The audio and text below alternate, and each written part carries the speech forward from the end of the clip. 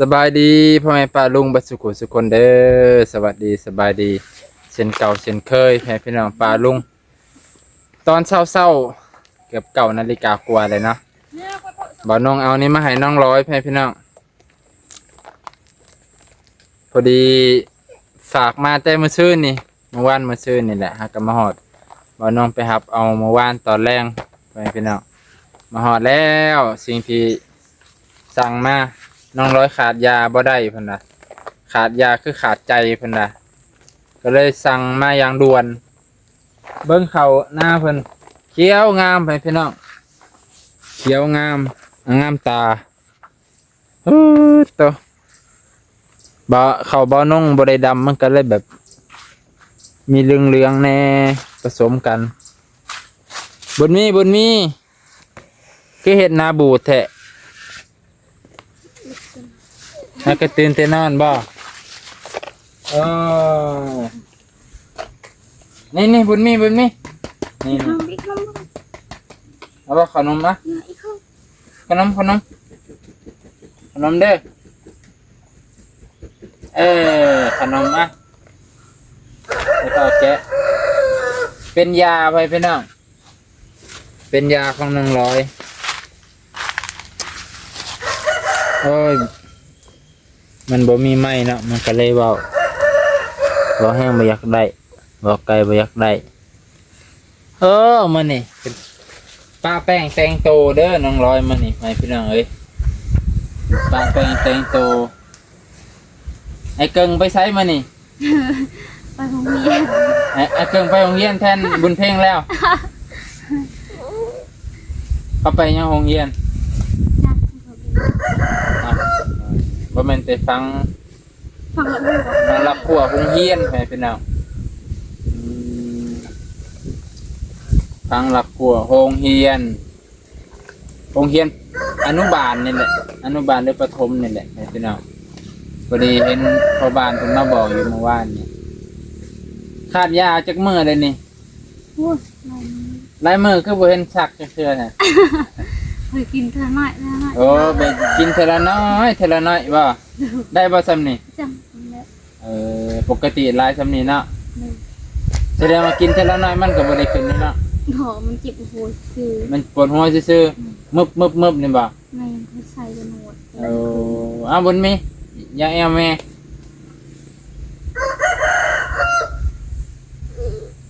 มันน่ากระตื่นไหมพี่น้องบุญมีให้กระตื่นปวดหัวหน่อยนึงเพิ่นว่าเพิ่นโทรนำเบาน้องไว้ได้ว่าขาดยาบ่ได้เพิ่นว่าซั่นขาดยาบ่ได้เบาน้องก็บ่ฮู้เฮ็ดแล้วเพราะว่ายาเขาก็ส่งมาฮอดเมื่อวานตอนแรงเบาน้องกับไปหับตอนแรงก็เลยมาตอนเช้าเพิ่นเช้านี้เพิ่นก็โทรนำอีกไว้ในยาเบิดแล้วตอนแรกกินพอมาคืนเนี่ยเป็นวันศิลเพิ่นก็เลยยามเพิ่นย่านเพิ่นขึ้นได้วันศิลโลกอันนี้มันบ่เกี่ยววันศิลดอกสิเอาคิดไปเองวันศิลวันพระคือวันศิลบางเทื่อจิตใจคนมันบ่ทุนบ่เที่ยงคิดไปมาล่ำมาลอยจิตใจบ่สงบมันก็เลยเฮ็ดให้โลกกำเริบในวันศิลข้อยคิดว่าเด้เพราะว่าวันศิลนี่ส่วนหลายคนสิงุดงิดรู้จักงุดงิดบ่ยามวันศิลเลยงุดงิดอยากให้นะอยากให้วุ่นวายวันศิลเด้บางคนดอกว่าจิตใจวุ่นวายก็เลยเฮ็ดให้โลกกำเริบบางคนก็บ่เป็นหยังดอกน้องบุญมีนะนี่ขนมเด้อคือยินคือไปเวลาของแม่จังว่าแหละเพิ่นโทรมาเจ้าบ่ผัวว่ามันลงว่าผัวจะเว้าว่าคอยบอกเล่ายังบ่เห็นบ่ไอ้เกิงจักเทื่ออยู่ยังมาเว้าตอนเช้านี่บ่ดอกข้อยยังบ่เห็นไอ้เกิงตั้งแต่พ้อกันอยู่ทางพุ่นยังบ่เห็นเราจักเทื่ออยู่แต่ตัวเจ้าอยู่เฮือนบ่จักโอ้คือเห็นหน้างอจังซี่เนาะอยากนอนแห้งบ่บุญมีนี่ขนมกุ้งกระเลง บุญเพ่งไปใส่บุญเพ่ง มันดึงไปซะ ก็ว่าสิไปขุดจิรอเมื่อกี้นี่เห็นบ่าวน้องมาบอกไปขุดน่ะไปขุดทางใด มันเชื่อมัน ระวังงูเด้อคืนนี้ค่อยขี่รถผ่านทางเห็นงู ง่ายบ่ พุ่นซ้ำเล็กตัวเทิงพุ่นงูเห่าได้ มาหา มันเลื่อยไปตามทางพอขี่คันผ่านมันปุดมันเห็ดจังสี่ป้าคอยกลับคืนก่อนกลับไปบอกหมูเลยแล้วเขาจัดการจะผัดเผ็ดใส่เลยบ่น้องกินบ่ได้ดอกเพราะมันบ่ค่อยมักกินงูปานใดเพราะว่าเฮาบ่เคยกิน วันนี้แล้วรอลาวใช่ไหม เป็นว่าบ่ บ่าวนมบอกของเช้านี่ ไอ้เกิงว่าจังซั่นไอ้เกิง ปัดตา ไอ้เกิงตัวเจ้าให้เจ้าเมียนเฮือนเมียนซ่านแล้วนั่นดีแล้วอันบ่ตัวเจ้าก็บ่เฮ็ด มันปัดอีปลาย สัมพ่อจังแต่งโตไปเป็นน่ะเพิ่นจังปัดผมหวีผมมัดผมสิได้หอมบ่าวลาวสิมาแต่งโตนี่จะฮอดตะแรงพุ่นแหละ โดนเลยว่าเห็นหมอลาว กินฮอดบ่าวลาวบ่ คิดฮอดเลย เขาบอกบ่าวลาวมานี่เจ้านั่งแบบตะหมอบตอบทายจังซี่เลยบ่เขา ก็แบบหน้าไหนสินั่งก็ได้ บัดข่อยมาไทยจังซี่จังซี่จักแกงจักกลางอยู่ขา แม่นบ่เขาว่า หัว บ่าวนงมานี่ยิ้มเปื่อยยิ้มหน่อยยิ้มใหญ่บ่าวลามานี่ถามก็บ่ ปากก็บ่อ้าจัก เฮ้ยอย่าว่า อ้าวแม่นบ่ บ่นะใครว่า บ่าวลาเพิ่นน่ะบ่าวนงถามคือตอบดีแต่ทั้งยิ้มทั้งหัวนั่นนะ บัดบ่าวลาถามบัดฮอดสิบ่ตอบเพิ่นน่ะนะบ่มีนะหากระตื่นได้นี่ เสือนอนห้ามปลุกเสือลุกห้ามตึห้ามกวน กวนบ่ได้บ่เอากวนบ่ได้เนาะอยากให้คือไอ้เกิ้งเลยบาดนี้ ตาเขียวเสียโลดป้าดตัวตายแหละได้แนวจะเด้ลุกไว้มันไม่ลุกจ้าขนมนี่ เมื่อวานนี่บ่จ้อง บ่จอยมาบ่มากับไผ พาเพชร แล้วไผแน่ นักขนาด เอา บ่ลิบ่เห็น มากัน2 คน แม่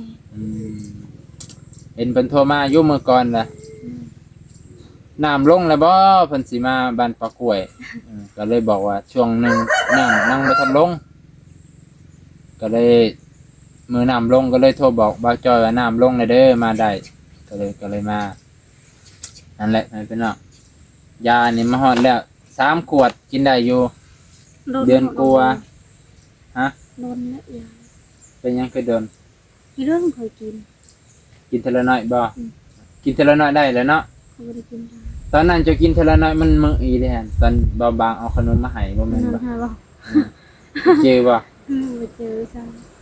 จะกินขนมซองน้อยๆเนี่ยมันหวานโพดมันหวานแห้งแล้วมันไปเฮ็ดให้ยาเฮาจืดเด้ เข้าใจปะถ้าเราไปกินหวานหลายแหละยาเขาสิจืดแล้วมันเจ็บให้เรา บ่ได้กินขนมเลยเด้ยา บ่ได้กินเลยมื้อนี้มื้อก่อนได้งาบใส่อยู่ โอ้มันยาคน มันหิวข้าวเนาะหิวข้าวแห้งบ่มื้อน่ะ หิวเขาให้ พอสิขาฮอดผัวไอ้เกิงบ่ได้ให้เจ้าบ่มื้อนั้น บ่ เจ้าเว้าความจริงแล้วบ่ได้ให้เจ้าบ่ บ่ได้ อืมยันว่าให้เว้ยเจ้าไปเว้าความจริงข่อยไปนอนอยู่ไสบ่ได้นอนหม้องอื่น ไว้นอนอีหลีบ่ได้กิน นอนอีหลีเนาะไปนอนหม้องอื่น ผู้อื่นไปหาได้เจ้าของเพิ่นหาบ่ได้ กลางคืนซะ กลางคืน บ่ได้บอก ยังหลอกอยู่ว่าผีขึ้นในวันชินหลอกอยู่บ่ บ่ บ่หร เห็ อก นซะ ว่าแม่นไอ้เกิงเองหลอกกับบ่จักเฮ้ยหยอกกันเองแล้วบาดนี้ จักคือคือสิรู้ เอาบุญมี คือบ่เห็นพี่หรอกเอาสิเนาะ ที่จริงกับวันชินใหญ่แล้วผีเองหลอกดี คือเห็น เฮ้ยบ่แม่นผีดอกเขาว่าคนนี่แหละ ก็เรา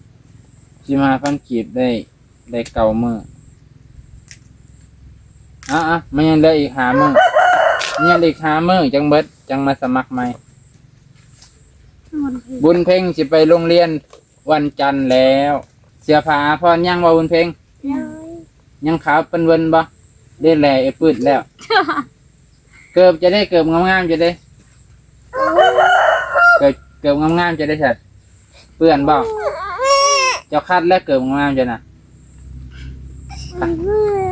มันเปื้อนลุกใช่ไหมลุกไว้ลุกมันอยากนอนเลยพี่น้องเลยให้มันนอนซะ มันนอนแล้ว นอนอีกนอนบ่อิ่มเพื่อนพี่น้องเบิดสุกูสุกคนเพียงเท่านี้ก่อนขอมอบขอบใจที่รับชมและแห่งกำลังใจขอบคุณน้องร้อยบ่าวน้องกับบ่มีหยังหลาย จะเปิดอะไร จะเปิด มันนี่ก็เลยมาหาน้องร้อยในช่วงเช้าเอายามาให้ยาน้องร้อยขาดยาเพราะว่าขาดลายมือกับบ่ได้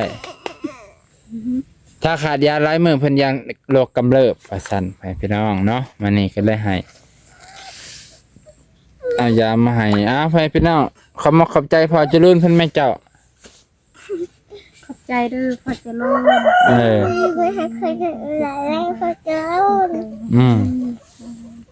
สาธุเป็นไรบุญเพ่งดิ ดื้อ บุญเพ่งเมื่อได้ไปโรงเรียนบุญเพ่ง มันจัน มันจันทร์เด่นเป็นขอบกงพี่น้องเบิดเพียงเท่านี้แล้วมันในบ่อน้องกะจะได้อำลาพระจากพ่อแม่ปลาลุงไปก่อนเบิดสุขุสุคน